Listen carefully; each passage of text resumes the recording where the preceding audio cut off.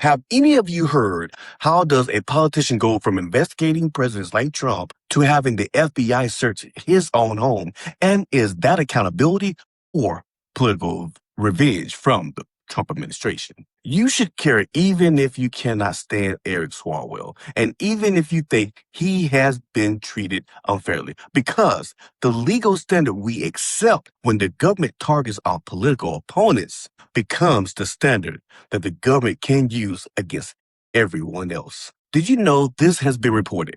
The Associated Press and Reuters say federal agents seized electronic devices from former Democratic Congressman Eric Swalwell at the San Francisco International Airport.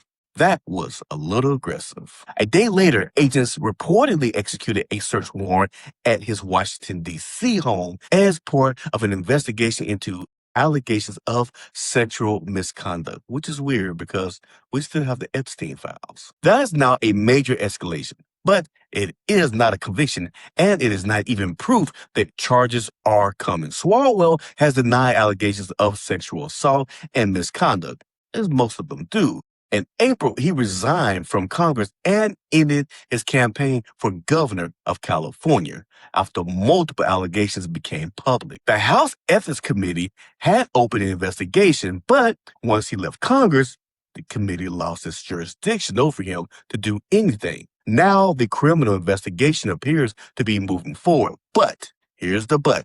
The public still has not seen the warrant affidavit, the alleged federal offense, the evidence agents presented to a judge, or what agents even found in the first place on those electronic devices. So the central question is not whether the search looks dramatic, because it does. He did it in the LAX. The unanswered question is this: what specific evidence persuaded a judge enough that there was probable cause to search Swalwell's home and seize his devices? And will that evidence support a charge or end without one? Until we know that, anyone declaring him guilty or completely exonerated is moving faster than the facts will allow. Should we slow this down and explain the legal standard? Of course we should. That's why Money in Politics Simplified does. That's what we're all about here. The Fourth Amendment says warrants must be supported by probable cause and most particularly describe the place to be searched and the things to be seized. Now, Federal Rule of Criminal Procedure 41 says a judge must issue a warrant when there is probable cause to search for and seize evidence or property connected to a crime.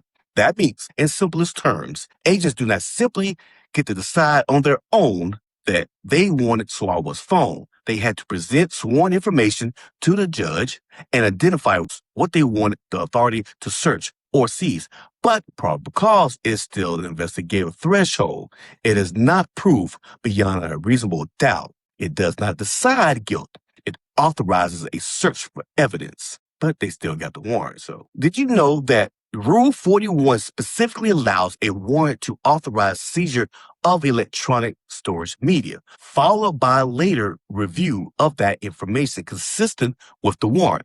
That matters, and that matters a lot because the phones and laptops contain years of messages, photos, location history, contact records, and metadata. But here's where the responsible reporting has to stop speculating. That includes me. We do not know which data the warrant covers.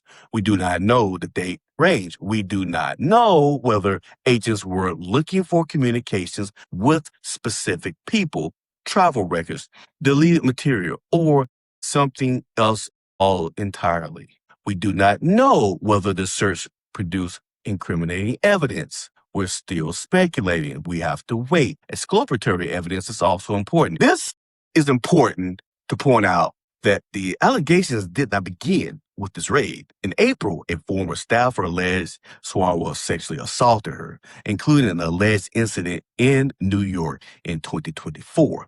The Manhattan District Attorney's Office confirmed that that investigation was ongoing.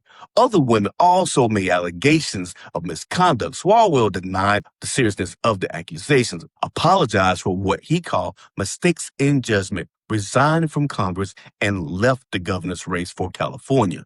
Reuters also reported investigations in New York and Los Angeles. None of that proves a crime, but it explains why it would be irresponsible to dismiss the entire matter as nothing more than politics before the evidence is even known or brought to light. Now, for the other side of this, and this is the side of contradiction, Eric Swalwell was not just another member of Congress, a nobody. He was one of Donald Trump's most visible Democratic antagonists. He served on the House Judiciary Committee and the Intelligence Committee, and acted as a House manager during Trump's second impeachment. Okay?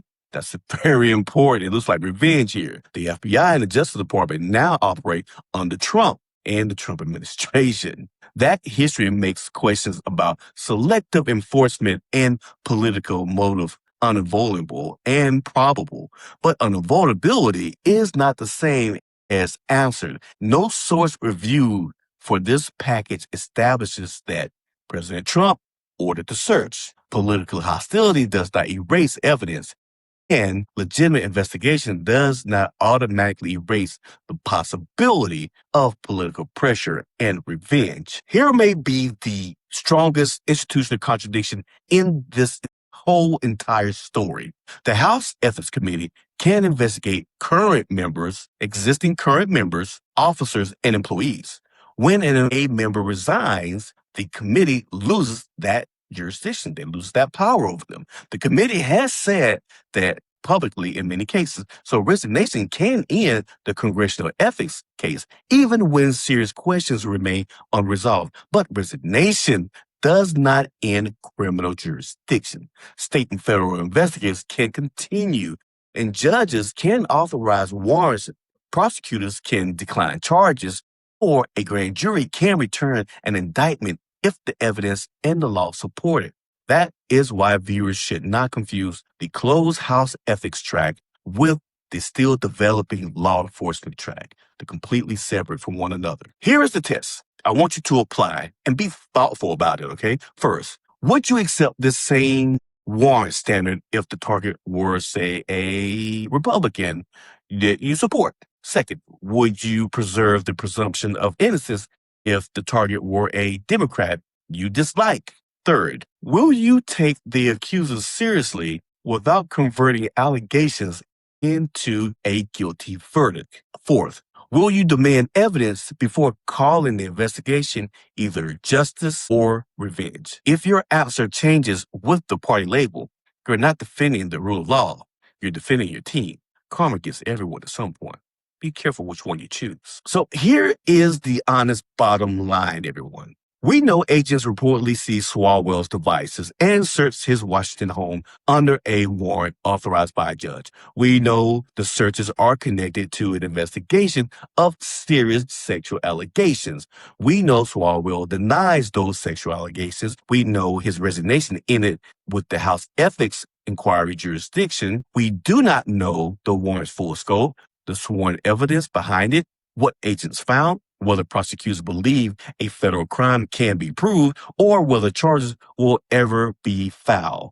The warrant matters because it signals judicial authorized suspicion. It does not settle the actual sexual assault case. Accountability requires evidence. Political revenge is also an evidence question. The same standard must apply to both claims. It would seem to me a message is being sent. Sit down and shut up, or charges will be coming next. And he seems to have taken the advice. Does the justice system protect criminals more than victims? That episode picks up exactly where this one ends. How the system balances accusations of victims, rights, and proof. I'll meet you there. This is Money and Politics Simplified. Stay informed, stay engaged, because when you understand the sex scandals, well, my friends, you understand the politics. Have a good day. Esco Latimer. Talking money, talking power. Follow the paper and you find a throne.